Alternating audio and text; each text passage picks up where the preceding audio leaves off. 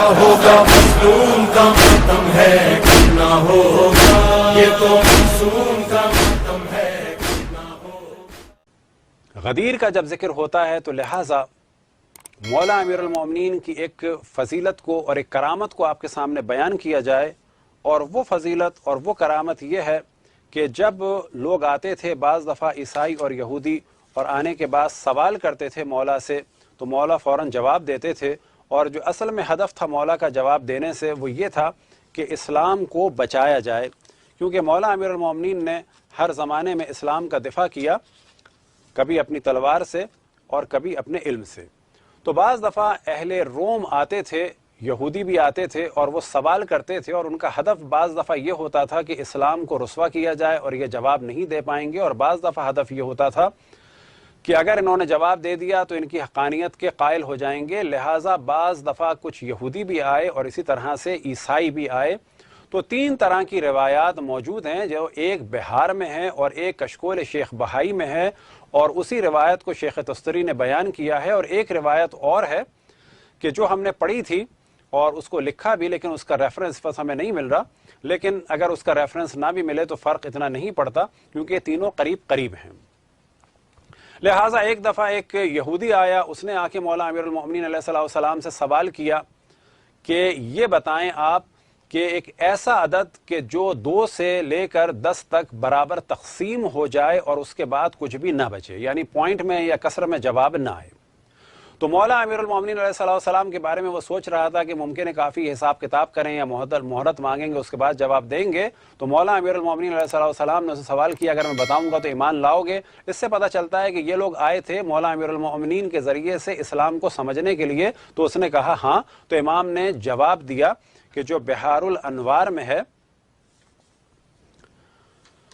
اور وہ جواب کیا تھا کہ آپ نے فرمایا اضرب اسبوعک فی شہرک، کہ اپنے ہفتے کے دنوں کو ضرب دو اپنے مہینوں کے دنوں کی تعداد سے، اور اس کو ضرب دو اپنے سال کے دنوں کی تعداد سے. تو اس کے معنی یہ ہو گئے کہ اپنے ہفتے کے دن یعنی 7 ڈیز آف دا ویک کو ملٹیپلائی کرو 30 ڈیز آف دا منتھ سے، اور پھر اس کو ملٹیپلائی کرو 360 ڈیز آف دا ایئر سے. اب یہاں پہ فوراً ایک سوال ممکن ہے کسی کے ذہن میں آئے، اور وہ سوال یہ آئے گا کہ اگر لونر کیلنڈر ہے تو وہاں پر 354 ڈیز اور تقریباً 5 گھنٹے ہوتے ہیں. اگر سولر کیلنڈر ہے وہ 365 ڈیز ہے. تو یہ 360 ڈیز کا کون سا کیلنڈر ہوتا ہے؟ اور یہاں سے بعض دفعہ بعض دشمنان اہل بیت نے اعتراض بھی کیا وہابیوں کی ویب سائٹ وغیرہ پر بھی کہ یہ تو کوئی سال ہی نہیں ہوتا. تو جواب یہ ہے کہ یہ ایک سال ہوتا ہے، اور اس سال کو اگر آپ سرچ کرنا چاہیں تو پہلے مرحلے میں آپ بتائیں کہ یہ ایک سال ہے، کہ اس سال کو کہا جاتا ہے بائبل کیلنڈر، اور اسی طرح سے اس کیلنڈر کو کہا جاتا ہے بائبل پروفیسی کیلنڈر، اور بعض جگہ کہا جاتا ہے بائبلک پروفیٹک کیلنڈر. اور اس کا دار و مدار ہے بائبل کے بعض واقعات اور بائبل کی جو بعض پیشن گوئیاں ہیں، خصوصاً ریولوشن آف جان جو آخری بک ہے، اس کے بارے میں جب کیلکولیشن کی جاتی ہے تو اس کیلنڈر کو استعمال کیا جاتا ہے آج بھی. اور سابقہ دور میں جو عیسائی اور یہودی راہب تھے وہ اسی کیلنڈر کو استعمال کرتے تھے.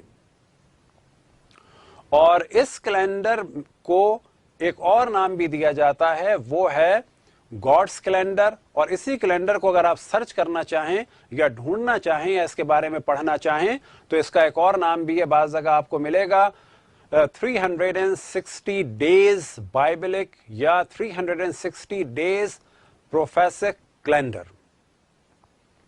تو مولا امیر المومنین نے جب اس کو جواب دیا تو کہا کہ تمہارے نزدیک جو ہفتے کے دن ہیں وہ کتنے ہیں؟ 7 ہیں. تمہارے نزدیک جو مہینے کے دن ہیں وہ کتنے ہیں؟ 30 ہیں. اور تمہارے نزدیک جو سال کے دن ہیں وہ 360 ہیں. پس ہفتے کے 7 دن کو ضرب دو 30 سے، اور 30 کو ضرب دو 360 سے. تو ہفتے کو جب ضرب دیا گیا تو نتیجہ کیا نکلا؟ اس کا نتیجہ نکلا، ہفتے کو ضرب دیا گیا 30 سے یعنی 210 کو ضرب دیا گیا 360 سے، تو نتیجہ نکلا 75,600.